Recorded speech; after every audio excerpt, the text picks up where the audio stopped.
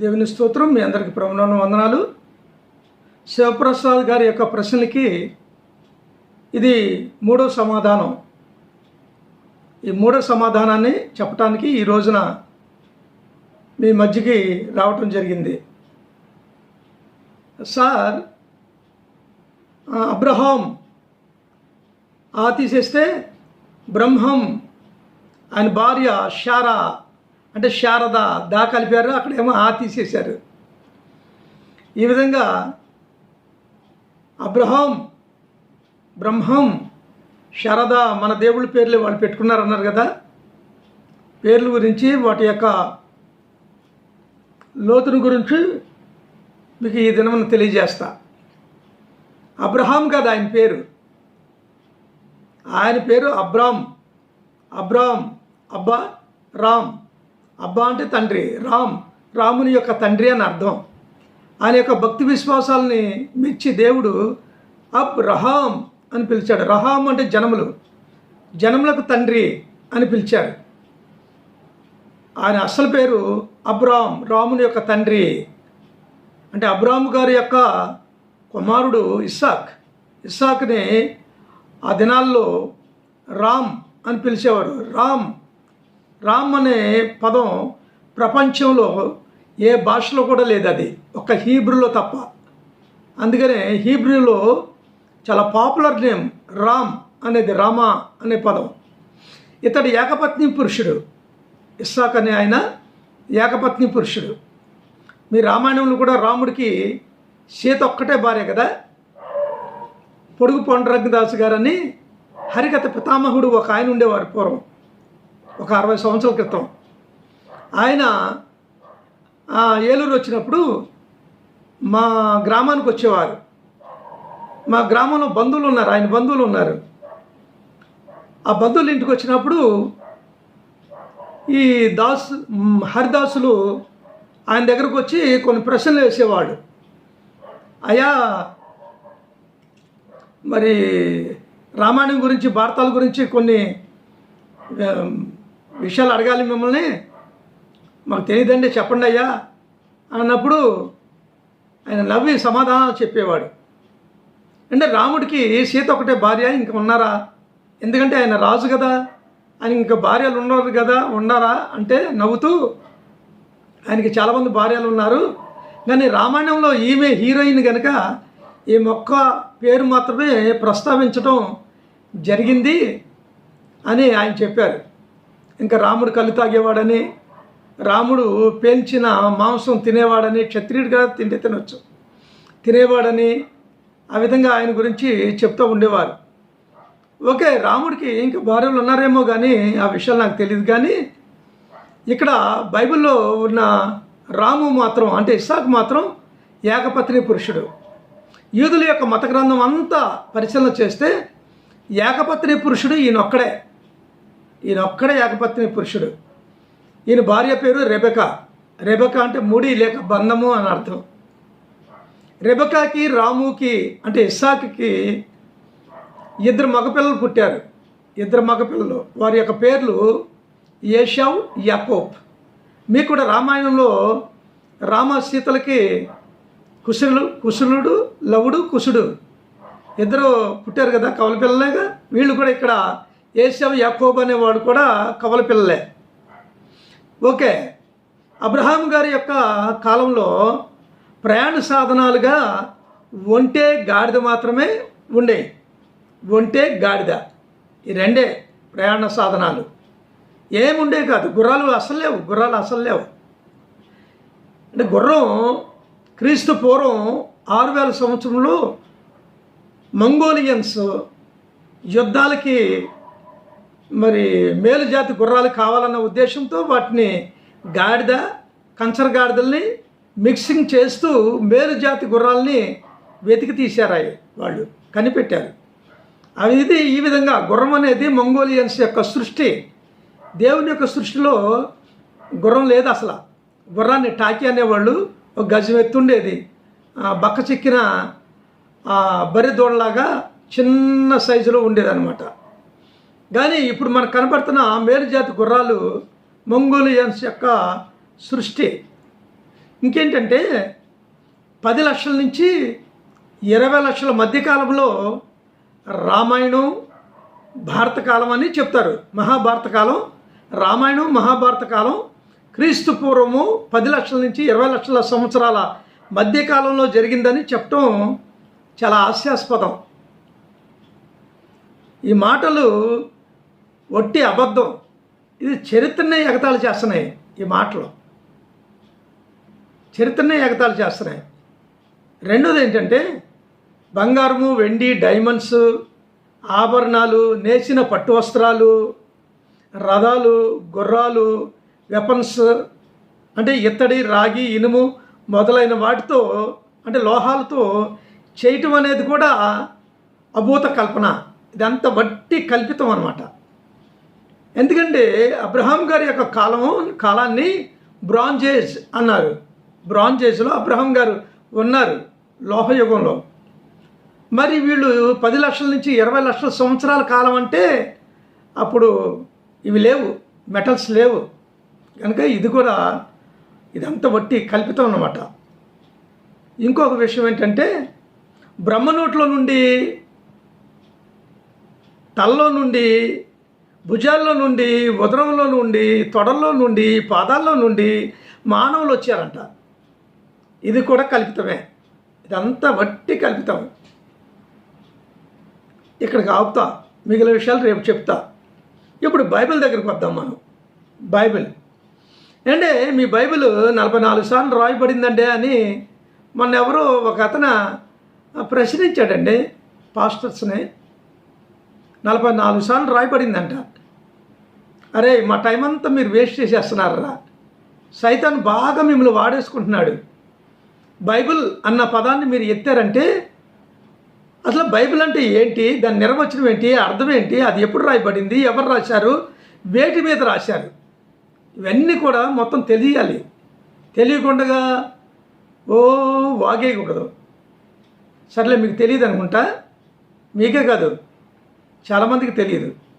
చెప్తా ఒక బైబిల్ ప్రొఫెసర్గా బైబిల్ అంటే ఏంటో నేను ఈరోజు మీకు చెప్తా. బైబుల్, బుల్ 2 పదాల కలయిక. బై అనే పదం బయాలజీ అనే పదంలో నుంచి తీసుకోబడింది.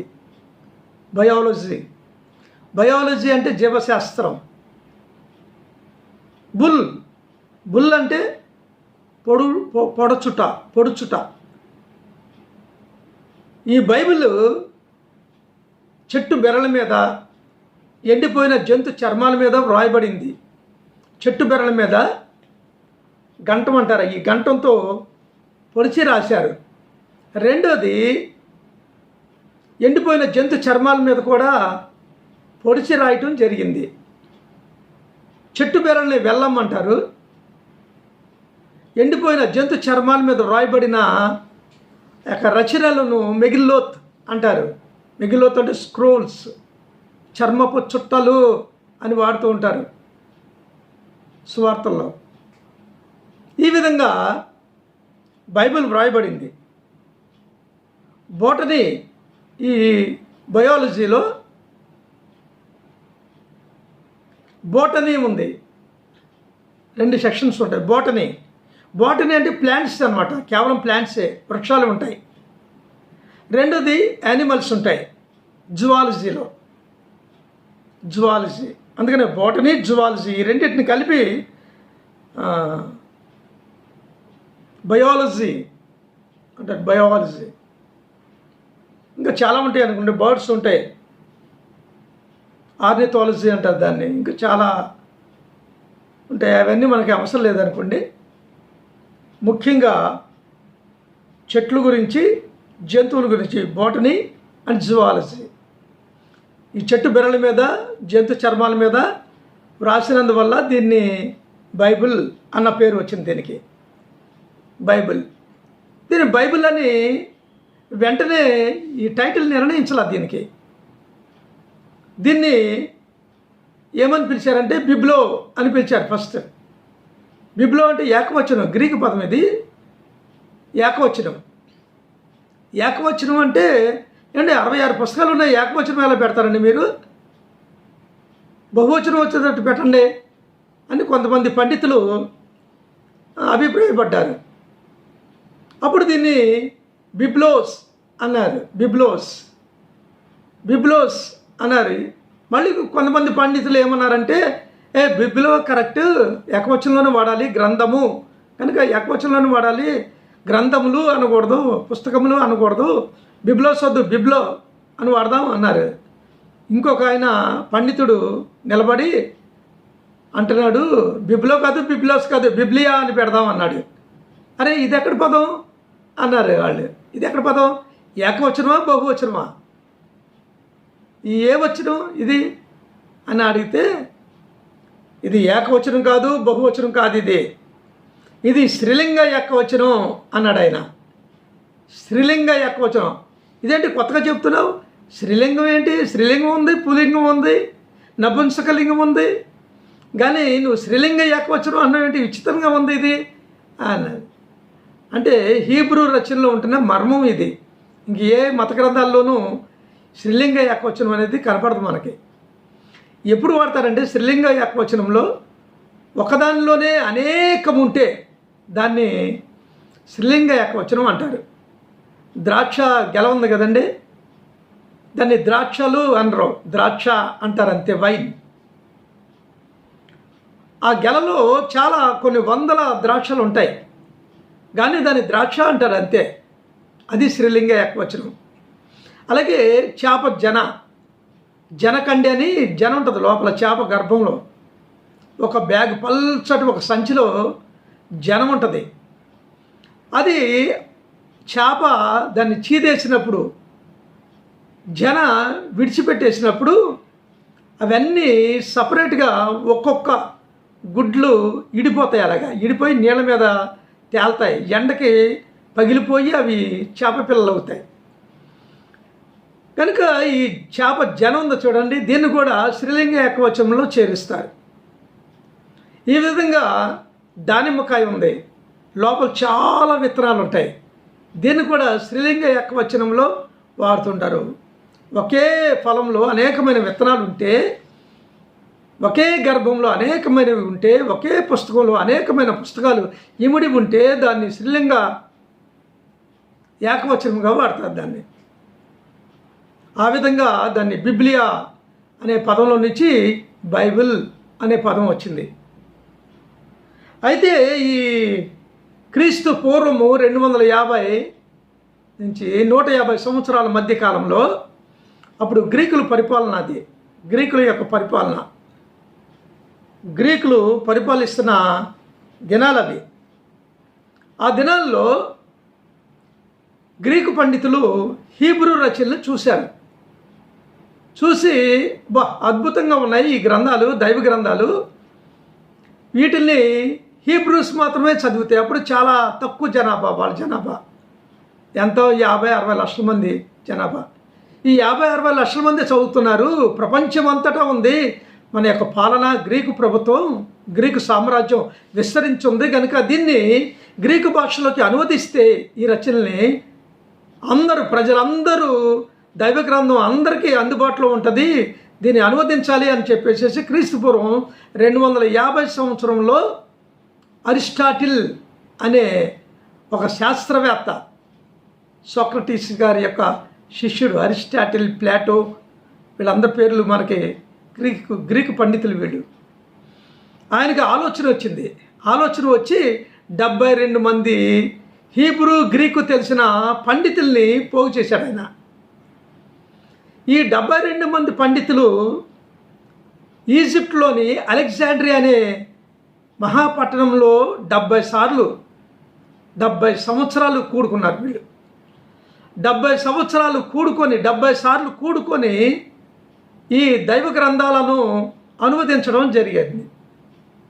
హీబ్రూ నుండి గ్రీకులోకి అనువదించబడిన ఈ గ్రంథాలను సెప్టెవిజెంట్ అన్నారు. సెప్టెవిజెంట్ ఎందుకంటే 72 మంది పండితులు 70 సంవత్సరాలు అనువదించారు కనుక దీనికి సెప్టెవిజెంట్ అన్న పేరు పెట్టారు. దీన్ని సెప్టెవిజెంట్.